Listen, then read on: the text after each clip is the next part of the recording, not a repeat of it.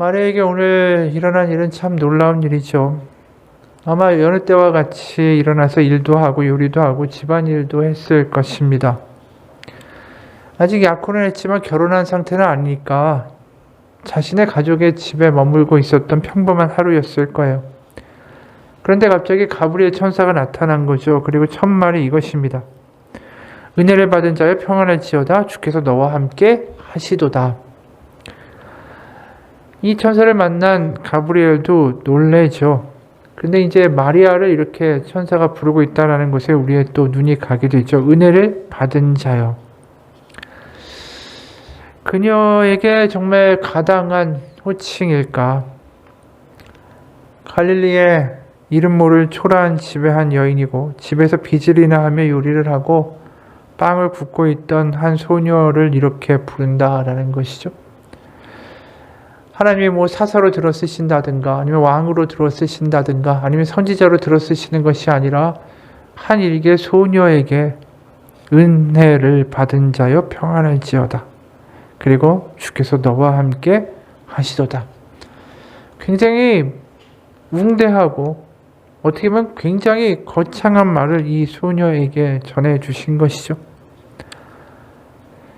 신구약에서 보면 이렇게 은혜를 받은 자다. 또 하나님이 너와 함께 하신다. 이렇게 은혜로운 말을 들은 사람들이 사실은 없죠. 마리아 말고. 게다가 문법적으로 보면 이게 완료 분사형이라 직역하면 너는 하나님의 은혜를 받았고 또 앞으로도 지금도 그 은혜가 계속될 자다라고 부르신 거예요. 그러니까 이게 얼마나 엄청난 약속인지 모르는 거예요. 도대체 이 소녀가 뭐가 하나님 앞에 눈에 띄고 하나님이 그렇게까지 기억하시고 하나님의 은혜를 끝까지 부어주시겠다라고 말할 만한 어떤 근거가 있는 것인지 그걸 한번 생각해 보기 원합니다. 천사가 이 소녀에게 이런 말을 하죠. 31절 보라 네가 잉태하여 아들을 낳으리니 그 이름을 예수라 하라. 그가 큰 자가 되고 지극히 높으신 이의 아들이라 일컬어질 것이요 주 하나님께서 그 조상 다윗의 왕위를 그에게 주시리니 영원히 야곱의 집을 왕으로 다스리실 것이며 그 나라가 무궁하리라. 이 마리아에게 전해지는 이 약속이 너무나도 스케일이 커요. 그냥 집에서 살림하는 조그만 소녀가 듣기에는 너무나도 거창한 이야기고 이 엄청난 이야기를 과연 이 소녀가 감당할 수 있을지 그것도 우리는 의문이 될 수 있는 상황인 것이죠. 이런 가브리엘의 엄청난 약속에 대하여 결국 마리아가 맨 마지막에 이렇게 이야기하는 것을 우리가 봅니다. 38절 마리아가 이르되 주의 여종이오니 말씀대로 내게 이루어지이다 하매 천사가 떠나가니라. 그러니까 하나님께서 이 마리아를 통해서 이루고자 하시는 이 엄청난 계획 바로 다윗의 왕위를 이을 메시아 야곱의 집 이스라엘을 왕으로 다스리실 분 그 나라는 무궁하게 이 땅 가운데 또 하나님 나라 가운데 계속 유지될 그 나라를 하나님이 이 아들을 통하여 이루시겠다. 그것이 이루어질 것입니다. 하나님의 말씀대로 이루실 것입니다. 이렇게 마리아가 이야기를 하는 것을 우리 이제 보면서 결말로 딱 지어지죠. 참 마리아 대단한 것 같아요. 어떤 면에서 보면 자기가 감당할 수 있는 어떤 스케일의 이야기도 아니고 또 임신하게 되면 배도 불러올 텐데 이것을 도대체 부모에게는 어떻게 말을 하고 자기가 약혼한 요셉에게는 과연 어떤 말을 할 수 있을까? 이 소녀가 감당하기는 어찌됐든 간에 되게 큰 이야기임에는 분명하죠. 율법에서도 보면 약혼자가 간통을 하면 신명기 22장에서 23절, 24절 이렇게 말씀합니다.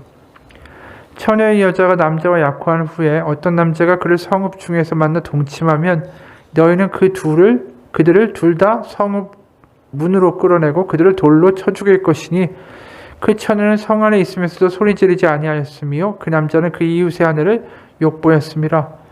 너는 이같이 하여 너희 가운데 악을 지할지니라. 이 마리아가 배가 불러온다라면 결국 돌에 맞아 죽을 수 있는 운명이다라는 것이죠. 그러니까 지금 여러 가지 상황 가운데 이게 좀 너무 터무니없는 일이 벌어지고 있는 거 아닙니까? 한 소녀에게 너무나도 엄청난 하나님의 계획이 부어지고 또 그게 아이를 잉태하게 되면 그 다음에 이 소녀는 도대체 어떻게 감당해야 할까? 그런데도 불구하고 이 소녀가 말씀대로 내게 이루어지이다 라고 이야기한 거 참 대단한 것 같아요. 그러다 보니까 우리가 어떤 관점을 갖게 되냐면, 야, 마리아가 참 믿음이 대단하다.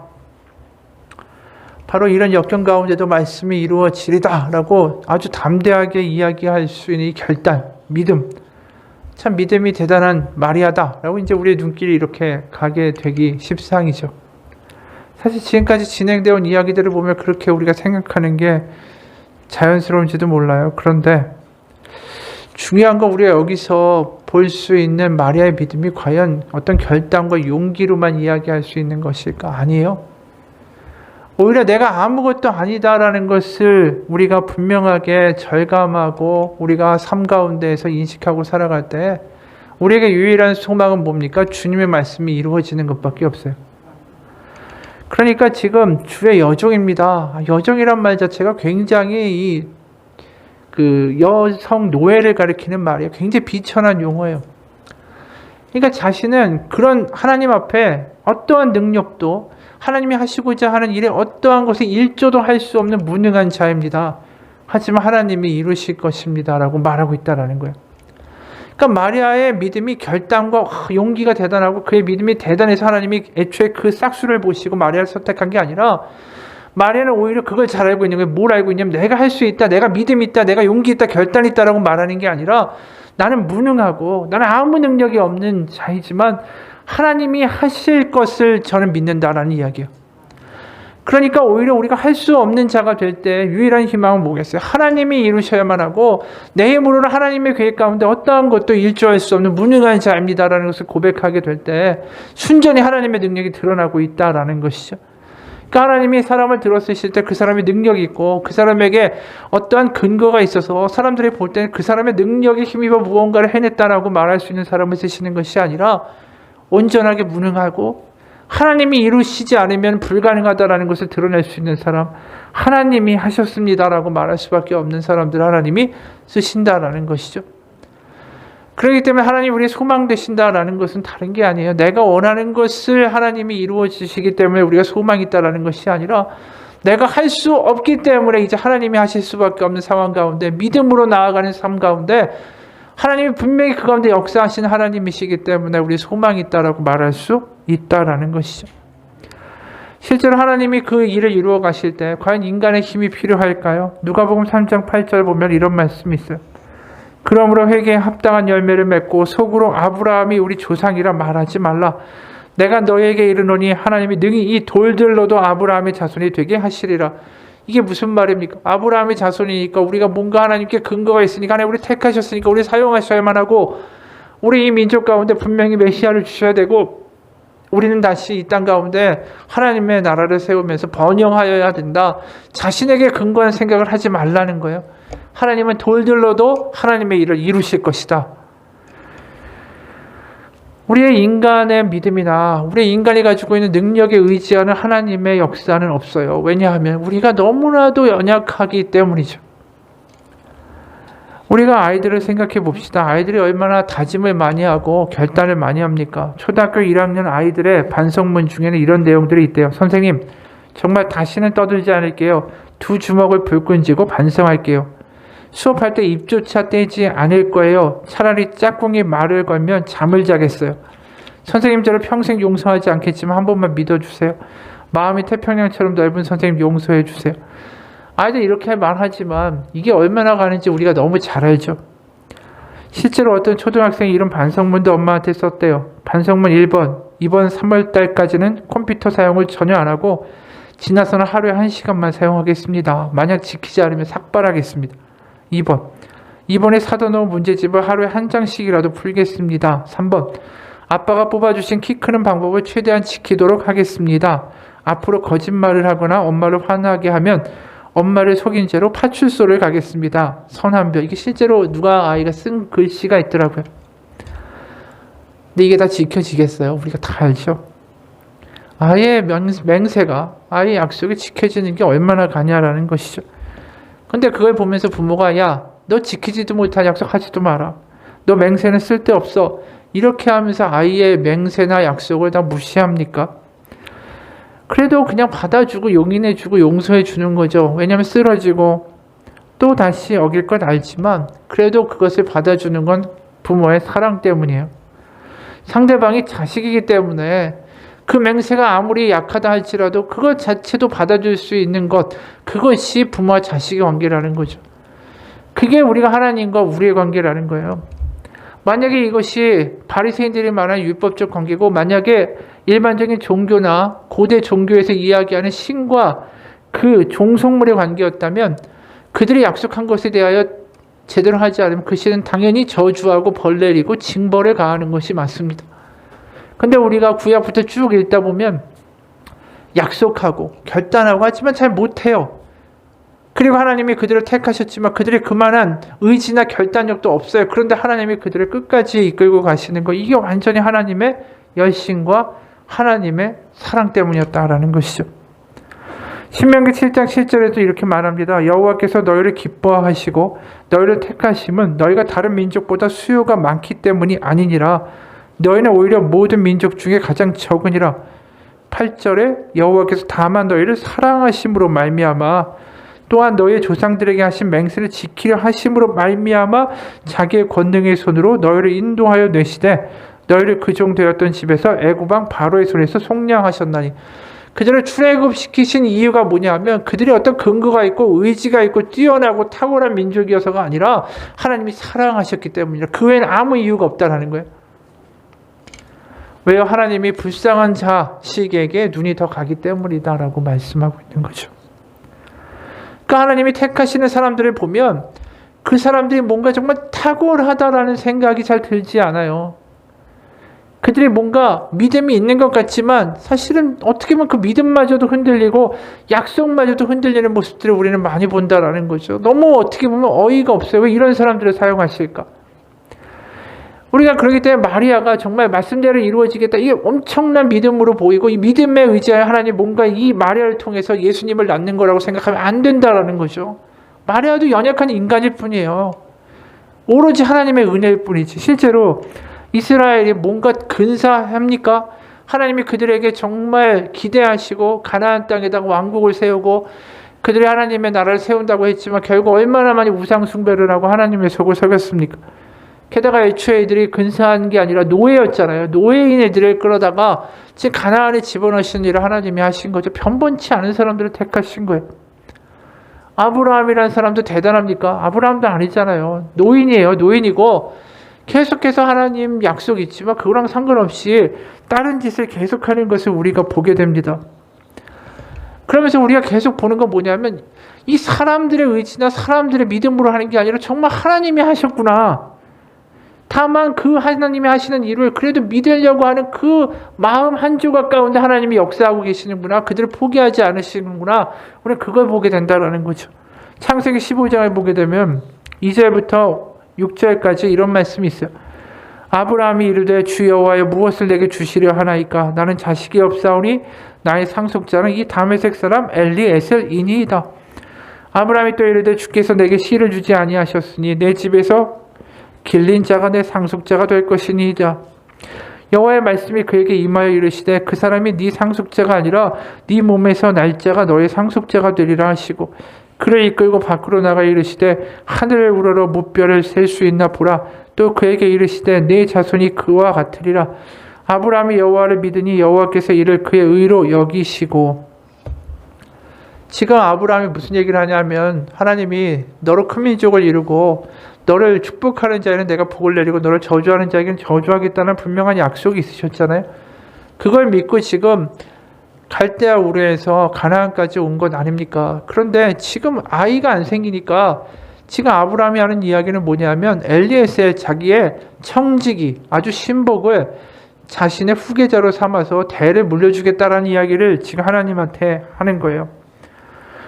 그러니까 못 믿는 거죠. 하나님의 약속을. 그러니까 믿음이 있다라고 말하기도 참 뭐해요. 그런데 하여튼간 그런데도 불구하고 하나님이 내가 너로 분명히 대를 잇게 해줄게. 그러니까 그걸 믿었어요. 믿으니까 뭐라고 했냐면 6절에 여호와께서 그가 믿으니 이를 그의 의로 여기셨다라고 이야기해요.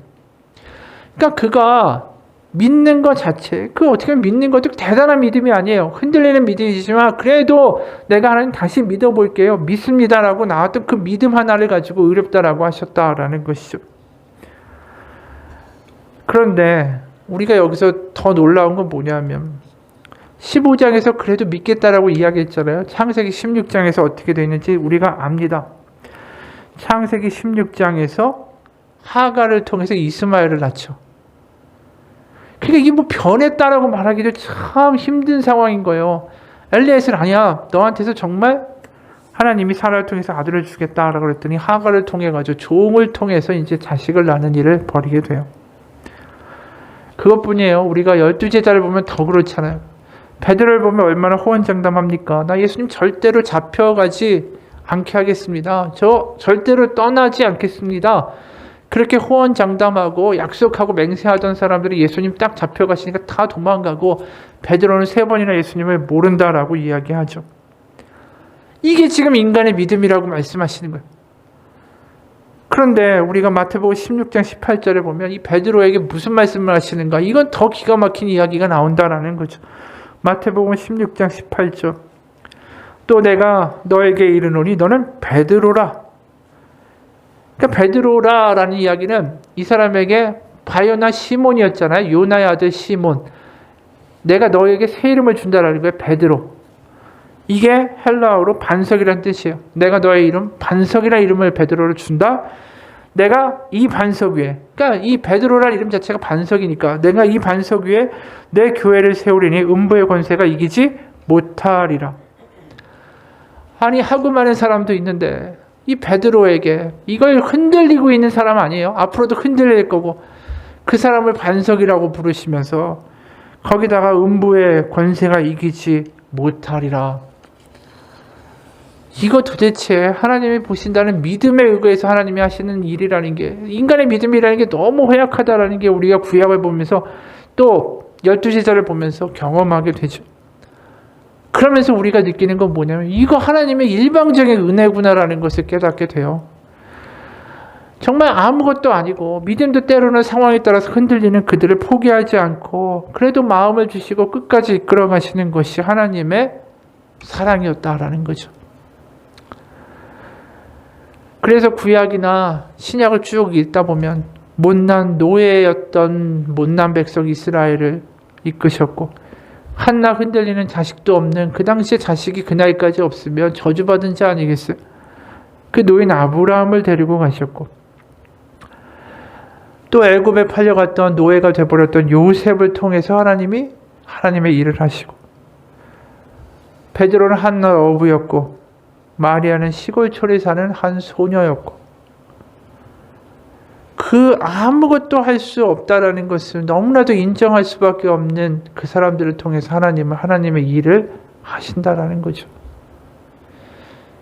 결국 우리가 나중에 보면 뭐예요? 아브라함도 결국 자신의 아들 이삭을 바칠 때 그의 믿음이 뭡니까? 나의 힘과 나의 그 어떠한 것으로도 근거해서 하나님의 일을 내가 이루고 있다라고 말할 수 있는 자격이 없다라는 걸 이야기하죠. 모든 게 하나님의 은혜입니다. 하나님이 하셔야 되고 하나님이 하실 것입니다 라고 고백할 수 있는 순전한 하나님을 의지하는 사람들이 바로 하나님께 쓰임받고 있다라는 거예요. 우리가 하나님께 쓰임받고 싶다면 우리가 무엇을 해서 하나님 쓰임받겠습니다. 내가 무엇을 해서 하나님께 영광을 돌리겠습니다. 내가 뭘 해서 뭘 하겠습니다라는 자꾸 나의 근거한 하나님에 나아가는 방법을 취하는 게 아니라 하나님 외에는 아무 소망이 없다라는, 하나님이 하셔야 되고 하나님이 이루셔야 되고 하나님 말씀 가운데 우리를 하나님의 땅으로 인도하셔야 됩니다. 하나님이 하셔야 됩니다. 하나님 아니면 안 됩니다라는 분명한 고백이 하나님께 쓰임받는 길이다라는 거죠. 그러니까 우리가 늘 착각을 해요. 우리가 뭔가 해서 내가 좀 더 성공해서 하나님께 영광을 올리고 내가 뭔가 잘 돼서 하나님께 뭔가를 보여드리고 해드리겠다라는 식으로 자꾸만 이야기하는데 그게 하나님한테 무슨 영광이 되시고 무슨 하나님께 도움이 되겠어요? 우리는 하나님이 이루신 것을 또 이루실 것을 믿고 누리고 살아가는 사람들입니다. 그래서 하나님이 하시는 거예요. 하나님이 이루신다. 하나님이 하신다. 나중에 마리아가 또 어떻게 흔들릴지 모르죠. 아직도 마리아의 수준은 낮습니다. 마리아는 지금 예수님이 태어나시고 예수님이 십자가에 못 박혀 죽으시고 부활하실 것을 압니까? 하나도 몰라요, 마리아도. 다만 마리아가 지금 할 수 있는 이 고백은 그 당시에 있어서는 가장 우리에게 바른 믿음의 자세를 보여주는 거죠. 그녀에게 결단이 있다, 뭐 정말 큰 믿음이 있다가 중요한 게 아니라 그가 정말 하나님이 하셔야만 한다라고 온전하게 하나님만 바라보는 그 마음이 우리에게도 똑같은 믿음의 표본을 보여주는 것이다 라는 것이죠. 그래서 계시록 22장 13절 보면 나는 알파와 오메가요 처음과 나중이요 시작과 끝이니라 라고 예수님이 하시죠. 또 하나님도 처음과 시작이 다 하나님, 바로 예수님이다 라고 이야기하시는 이유는 뭡니까? 처음부터 끝까지 하나님이 다 이루신 거예요. 창세기부터 요한계시록까지 결국 뭡니까? 하나님이에요. 주어는 하나님이 하셨고 하나님이 하실 것이고 하나님이 하시고 계시다요. 그리고 십자가에서 예수님이 죽으시고 맨 마지막에 운명하시면서 하신 말씀이 뭐죠? 다 이루었다. 이루시는 건 하나님이다라는 거예요. 한참 길이 막히는 바쁜 퇴근 시간에 80대 할아버지 한 분이 택시 안에서 안절부절 못하고 있었어요. 아이고, 기사 양반 좀 더 빨리 갈 수 없나? 급해서 택시를 탔는데 전철보다 느린 것 같아. 내가 6시까지는 꼭 도착해야 돼. 재촉하는 할아버지의 모습이 급해 보여서 운전기사는 최대한 빠른 지름길로 택시를 몰았어요. 걱정하지 마세요. 6시까지는 도착합니다. 그런데 무슨 일이 그렇게 급하신 건가요? 6시까지 할멈이 있는 노인 요양병원에 도착해야 저녁을 함께 먹을 수 있어. 늦으면 간호사들이 할멈을 먼저 먹이고 밥상을 치워버려서. 늦게 가시면 할머니가 화를 내시나요? 우리 할멈은 치매라서 내 얼굴을 잘 못 알아봐. 벌써 5년이나 됐지. 택시기사가 말했어요. 그러면 일찍 가는 것이든 늦게 가는 것이든 할머니는 할아버지, 알아보지도 못하는데 그렇게 서두를 필요가 있나요? 의아해하는 기사의 질문에 할아버지가 택시기사의 어깨를 살며시 두드리면서 말했어요. 할멈은 내가 남편인지 알아보지 못하지만 난 아직도 할멈이 내 아내라는 것을 알고 있거든. 이게 하나님이 우리를 대하시는 방식이에요. 우리는 하나님을 잊고 내 뜻과 내 생각과 내 방식으로 흘러갈 수 있지만, 그렇게 우리의 믿음이 연약하지만 그럼에도 하나님은 우리를 잊고 계시지 않다라는 거죠. 우리의 믿음은 내가 뭘 하겠다라는 결단이 아니에요. 하나님이 이루실 것이고 하나님의 말씀이 성취될 것이고 하나님의 말씀이 참이다라는 것을 믿고 흔들리지 않고 그래도 붙잡으려고 하는 것, 그것이 믿음이라는 거예요. 우리가 홍해가 갈려있는 상황을 한번 생각해 보세요. 뒤에는 애굽의 전차 부대가 막 쫓아옵니다. 앞에는 홍해가 막혀 있어요. 그러니까 출애굽해가지고 막 허겁지겁 뛰어나온 유대인, 그 이스라엘 백성들이 얼마나 겁이 났겠어요. 이거 가면은 빠져 죽을 거고 뒤에서는 애굽의 전차 부대가 쫓아오는데 이거 지금 난리 났다. 이제 어떻게 하느냐? 그런데 출애굽기 14장 13절 14절에 이런 말씀이 임하죠. 모세가 백성에게 이르되 너희는 두려워하지 말고 가만히 서서 여호와께서 오늘 너희를 위하여 행하시는 구원을 보라.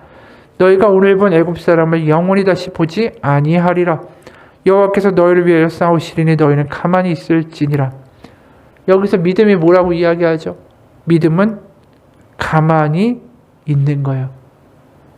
지금 이들에게 요구되는 게 뭡니까? 너희들이 힘을 내가지고 애굽의 전차 부대와 싸워라. 아닙니다. 너희가 홍해에 뭘 해라. 아니에요. 어차피 이들의 능력으로는 아예 안 되는 이야기예요. 애굽의 전차 부대하고 어떻게 싸워요? 이 사람들이 노예인데 홍해를 어떻게 해요? 이들이 무슨 힘이 있어서 홍해를 뭐 배를 만들어서 건너가겠어요? 그 가운데 가만히 서서 하나님을 바라보는 것, 하나님이 이루실 것을 포기하지 않고 그 상황 가운데 정말 이제 죽을 것 같은 상황이고 이제는 완전 절망인 것 같은데 그 상황 가운데 하나님이 이루실 것을 가만히 서서 보는 게 믿음이라는 거죠. 그러니까 하나님의 말씀을 붙잡고 하나님이 이루실 것입니다. 하나님의 뜻이 이루어질 것입니다. 포기하지 않는 것. 우리가 할 수 있는 가장 큰 믿음의 선물이 하나님께 드리는 게 그거예요. 하나님이 대단한 걸 우리에게 바라셔서 내가 너를 통해서 정말 너를 의지해서 뭔가를 하겠다고 말씀하시는 게 아니잖아요. 우리가 주기도문도 마찬가지예요. 일용할 양식을 달라라고 기도하죠. 거꾸로 말하면 일용할 양식이 없는 상황일 수 있다라는 거예요. 악에서 구하소서. 악이 위협하는 상황일 수 있다라는 거죠. 거꾸로 말하면. 그런데 그 가운데서 기도가 뭡니까? 아버지의 뜻이 이 땅에서 이루어지리다라는 거예요. 하나님, 상황이 지금 이렇게 안 좋고 먹을 것이 없을 수 있고 악이 침노하는 것 같지만 그래도 주님의 뜻이 이 땅 가운데 이루어질 것입니다. 이게 믿음이라는 거죠. 이게 주기도문이에요. 마리아의 믿음이 바로 그거예요. 지금 너무나도 힘들겠죠. 지금 앞으로 닥쳐올 문제도 산적하고 하나님이 자신에게 주신 계획도 너무 크고 자신의 능력은 아무것도 없다는 게 분명하고 그럴 때 지금 한 거예요. 하나님이 이루실 것입니다. 이 믿음이 바로 출애굽에서 앞에 홍해가 있고 뒤에 전차 부대가 있을 때 그들에게 요구된 믿음이에요. 하나님이 이루실 것입니다. 하나님이 우리의 어려움과 우리의 불가능한 처지를 모르실까? 하나님 다 알고 계시죠. 그 가운데 우리가 자꾸 하나님 이 얘기 저 얘기 할 게 없이 하나님의 약속과 하나님의 말씀이 이루어질 것입니다. 그것을 선포하고 말씀 가운데 머물고 가만히 있을 수 있는 거, 그게 우리한테 필요한 믿음이라는 거죠. 왜요? 어차피 내 힘으로 안 됩니다. 우리가 이런 믿음이 있다면 하나님의 말씀이 얼마나 소중하겠어요. 하나님의 약속이 소중할 수밖에 없죠. 왜냐하면 그분의 말씀대로 이루어질 테니까. 올해 처음에 우리가 2022년도에 교회 표어가 뭡니까? 주의 말씀대로 이루어지리이다. 올해 돌이켜보면 과연 이 믿음이 우리 가운데 있었습니까? 주의 말씀을 믿고 여러의 파도가 있는 상황과 여러 가지의 우리를 휘두르는 여러 상황의 악조건 가운데 주님의 말씀을 붙들고 태풍이 있어도 폭풍이 있어도 그래도 그거 붙잡고 견디어서 사셨습니까? 말씀이 우리 가운데 풍랑을 이기게 해줄 수 있는 능력이 되는 것은 주의 말씀이 이루어질 것을 믿습니다. 이거 하나뿐이에요. 내가 무능하기에 주의 말씀이 이루어지리이다. 그 믿음이 우리 가운데 있으면 견딜 수 있다라는 거죠. 그리고 그 가운데 다시 힘을 낼 수 있는 거예요. 그게 안 되니까 다 흔들리는 거예요. 어차피 내가 하면 안 되는데, 우리가 바랄 수 있는 건 주님이 하셔야 되는 것밖에 없는데, 우리가 주님의 뜻이 이루어질 것입니다. 주의 말씀대로 이루어질 것입니다. 그게 우리의 마음 가운데 깊이 공감되고 고백되고 나의 신앙이 된다면 우리의 삶에 분명한 변화가 시작이 될 것입니다. 어느 사모님이 이런 얘기를 해요. 나는 매주 성경의 한두 구절을 정해서 일주일간 암송하면서 기도합니다. 다시 말해서 말씀으로 기도한다는 표현이 더 맞을 것 같습니다.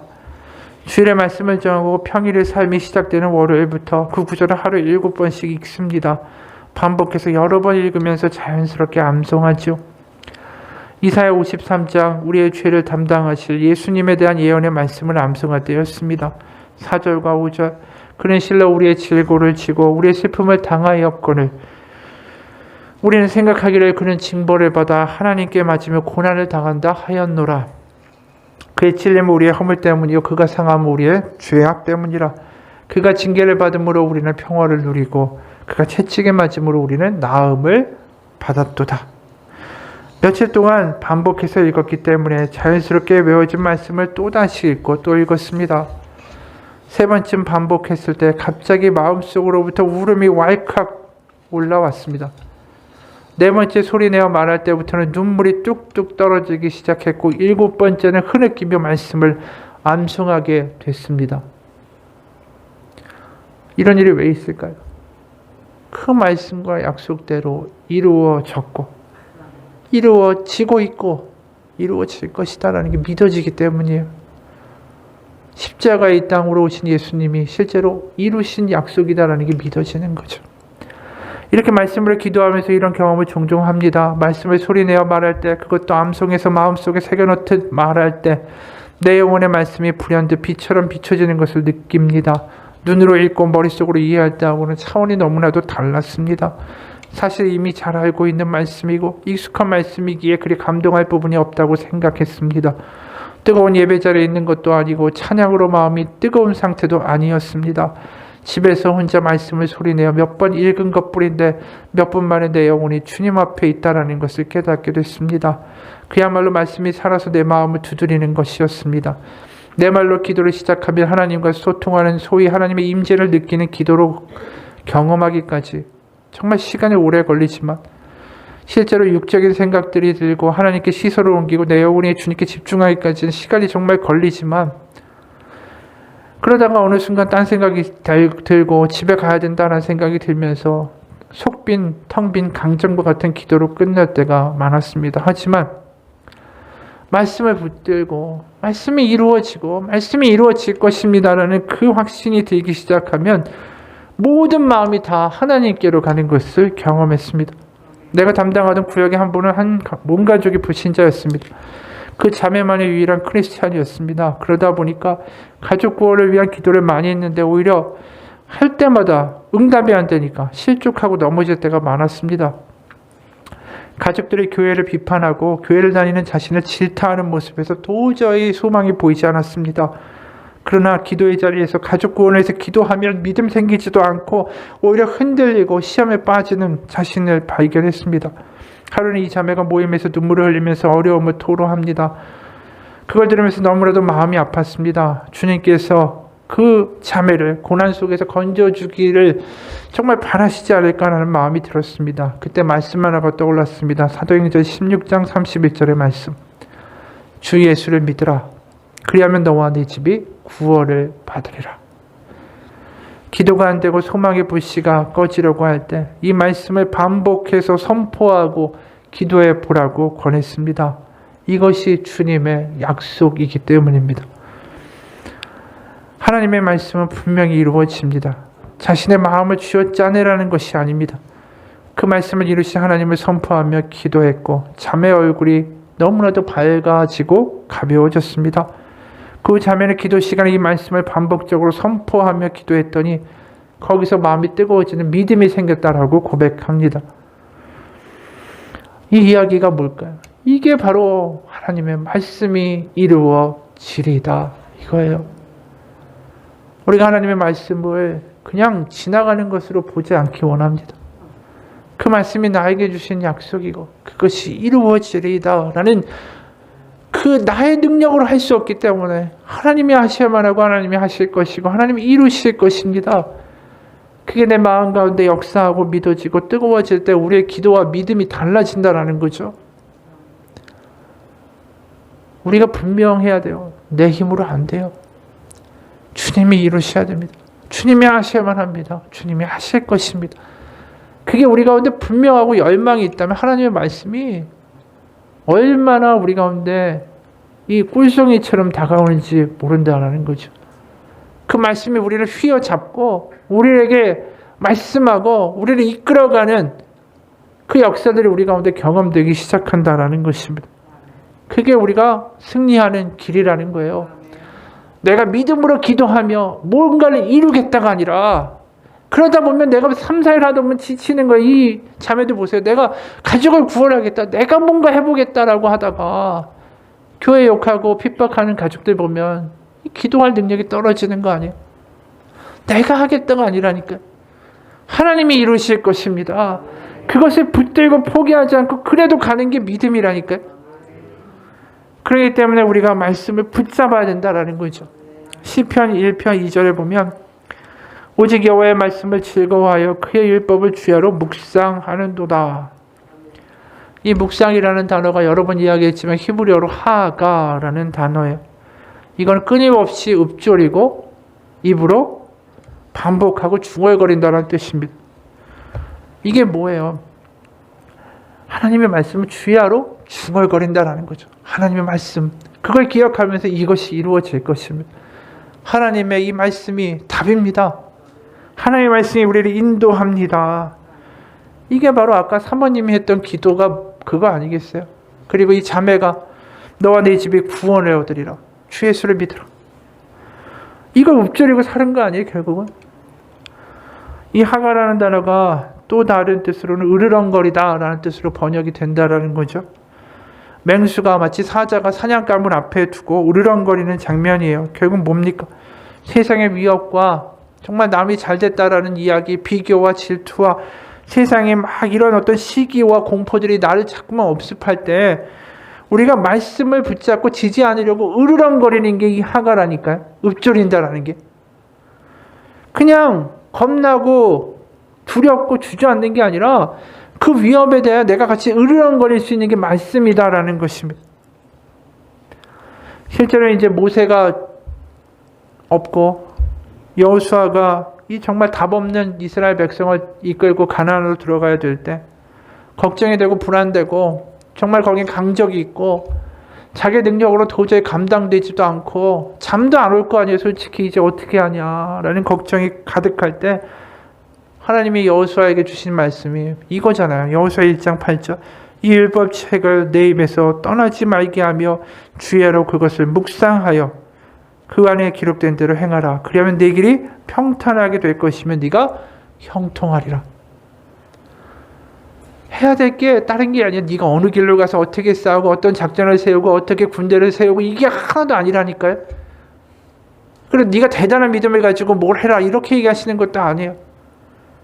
말씀을 주야로 중얼거리며 이것이 이루어질 것이다 라고 붙들고 가면 네가 형통할 것이다 라고 말하시는 거 아니에요. 결국 하나님 우리에게 말씀을 주셨어요.